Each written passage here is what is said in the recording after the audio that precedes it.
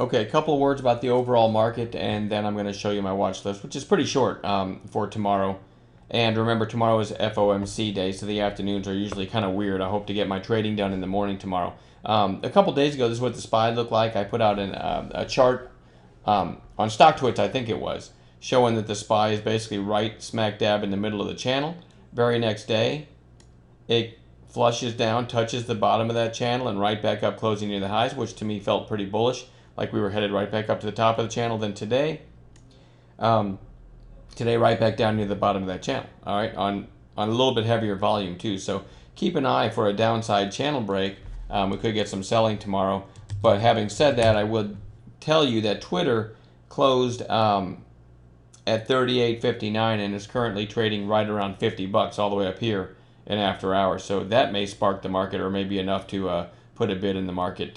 So keep that in mind. So we'll see. We'll see what happens tomorrow. But here's my list. ETN. I just think this is ahead of itself to the downside. A lot of time you get selling in something, and on an intraday basis, it just can't bounce. Although I did have a long in this at the very end of the day, and I'll show you that in a second.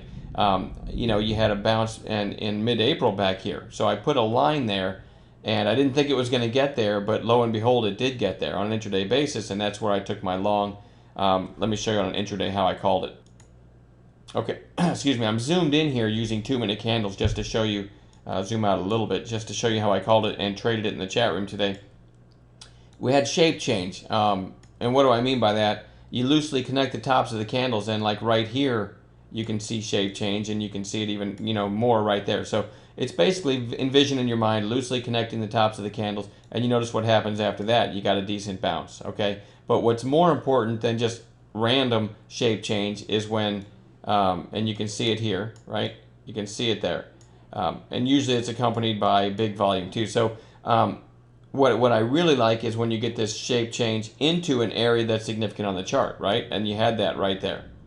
So I don't just randomly take the entry at that previous support, the area that instead I have a horizontal line, and then I look for, generally you get a flush below it and then you get a bounce above it. So in this case, I use 2-minute candles and just called this long over this 2-minute candle with a stop below it. So that was a 70.26 trigger to buy it with a 70.15 stop. That's only, what did I say, 26 and 15. It's 11 cents risk on a $70 stock. But we had, we had things lined up, right? We had the shape change, and we had a little flush below that support line, and an extremely huge down candle on the day for ETN. So anyway, 70.26 triggers right there. And for the rest of the day, well, I've got after hours on there, sorry. So it looks like it ran, I think, to 70, from 70.26 to almost 70.70, and never stopped out. So it was a real nice little late day trade. Again,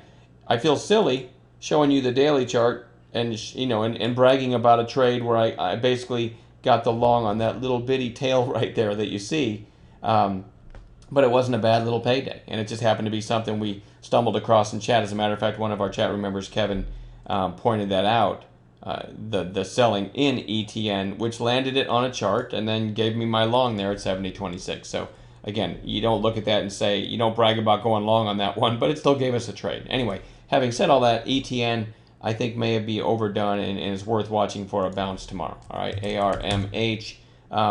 After the gap up, I think this was on earnings. I'm not positive. It might have been on an upgrade. It's just been down every day since. So if this gets down to 42, I'll be looking for a bounce off that area. And you can see the bounce that it had off 42 before that news. So I definitely think that's an area to watch for a potential bounce.